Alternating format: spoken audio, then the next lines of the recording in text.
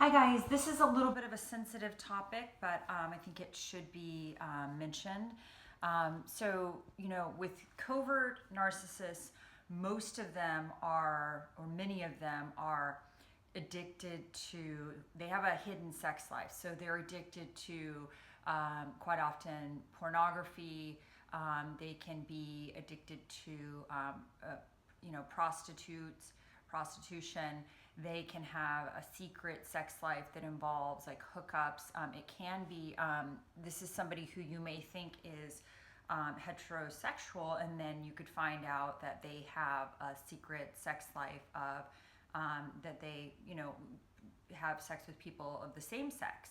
And from what I understand, it's not that they're like hidden, that they're gay and they're hiding it. It's not really about that. It's really about them obtaining narcissistic supply in any form that they can take it. So you'll see, they don't really care, or they can be sort of bisexual, not because, again, it's not really because they're born to, gay necessarily. It's more of a different thing. It's that they need supply, and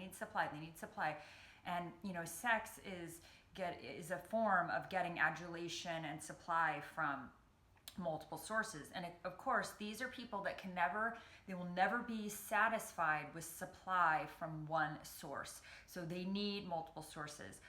They're famous for wanting they love the chase. So they will go after married people. They will go after people that are gay and try to quote unquote turn them. These are people that are really, they definitely have like often a hidden sort of deviant sex life. This is just one of the patterns with these people. So it's going to be really common for there to be a hidden sex life. There's going to be some sort of addiction with, or consumption of pornography. It could be illegal pornography. Not always the case, but it could be. Or they could be on all sorts of dating sites, or like sort of like the Ashley Madison dating sites where they're going after married people. And it's just this whole sort of sick thing that they have going on that's very hidden. And again, this is all about garnering more supply, because remember, they require outside validation in order to feel okay, and they need that. And sometimes they get the validation. It doesn't necessarily need to be through sex. It could be through that they're getting it through work, through sort of getting a lot of validation through work or through accomplishments. It could be through many different sources. But with the coverts, who are typically, they can be very shy, they can be very awkward themselves, so it can be more difficult for them to get narcissistic supply. They may have to, at least on a traditional sense, so they may have to pay for it. They may have to sort of go to sort of greater lengths to secure the supply that they need. So just know that these people typically have very hidden sex lives that are double lives. And when you're in a relationship with them, you may think that you're in a monogamous relationship.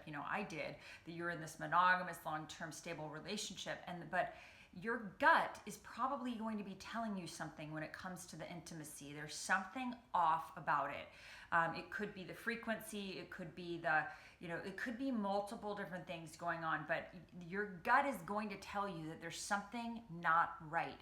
And I really want you to listen to that, because, if you're finding that the intimacy is very robotic or very, cold, it leaves you feeling sort of empty, and there's an emptiness to it. That is something to really listen to. And it may be that it's even like, technically it could be really good, because a lot of times, they're all about performing, and making the other person feel good, but it's all about performing. It's as if, they're just holding a mirror up to themselves, and they're so great, so they're sort of performing for their own ego. And it's not really about you in the sense of, it's not about you and them really caring about making you feel loved. It's more about them performing and making you maybe feel pleasure, but that's for them. That's so that they can feel like they're this Casablanca lover. But in reality, like that's all about them. And you can tell if there's like a lack of like nurturing and a lack of connectedness and a lack of sort of reciprocity. It may also be a place where there's all sorts of weird unspoken rules around it. Some of the coaching clients have talked about how their narcissists that they were with had all sorts of rules around sex, like we can only do this on this time, or it can only be this way, or I won't do that. They can have like there's a lot of like maybe control around it. And if somebody's using sex as a tool for withholding and controlling and sort of having power over you, trust your gut. That is not love. Love is we are coming together as partners and we're trying to help each other feel better and happier and connected and loving and intimate and warm and rich and beautiful. That's a give and take, a sort of reciprocity. We're trying to, share our hearts when we love someone, right? And that is not what the sex is like if you're with a narcissist. There's something off about it. It's not about sharing love and reciprocity. It's not about bonding. It's very different. They look at it very differently.